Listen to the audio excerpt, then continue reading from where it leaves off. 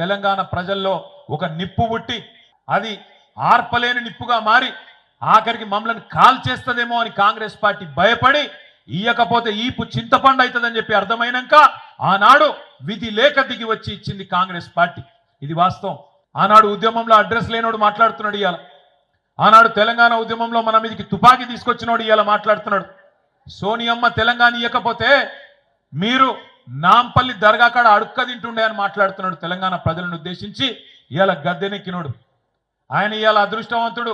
అధికారం ఆయనకు ఉండొచ్చు, అధికారం నీకుండొచ్చు, కానీ తెలంగాణ ప్రజల అభిమానం ఖచ్చితంగా కేసీఆర్ కు ఈ గులాబీ జెండాకే ఉన్నది. ఇది అక్షర సత్యం. నువ్వు ఇవాళ అరిచేతుల వైకుంఠం చూపెట్టి 6 గ్యారెంటీలు అని చెప్పి 420 హామీలు ఇచ్చి దొంగ మాటలు నంగనాచి కబుర్లు చెప్పి ఇవాళ నువ్వు గెలవచ్చు. కానీ ఒక్కటి మాత్రం వాస్తవం బిడ్డ, ఏ రోజుకైనా ఏనాటికైనా తెలంగాణ చరిత్ర రాసిన రోజు కేసీఆర్ గారు హిమాలయాల పర్వతమంతా ఎత్తున ఉంటే కనీసం నువ్వు ఆయన కాలి గోరికి కూడా సరిపోని పాత్రలో ఉంటావు అనేది అక్షర సత్యం.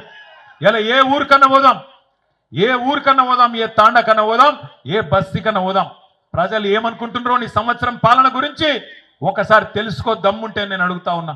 ఎక్కడ పోయినా ఒక ఆటో అన్నను కదిపితే ఆయన తిప్పుతున్నాడు, ఒక రైతునికి తట్టుకొని మాట్లాడితే ఎక్కడన్నా కదిలిచ్చి మాట్లాడితే ఏడుపొక్కటే తక్కువ ఉన్నది.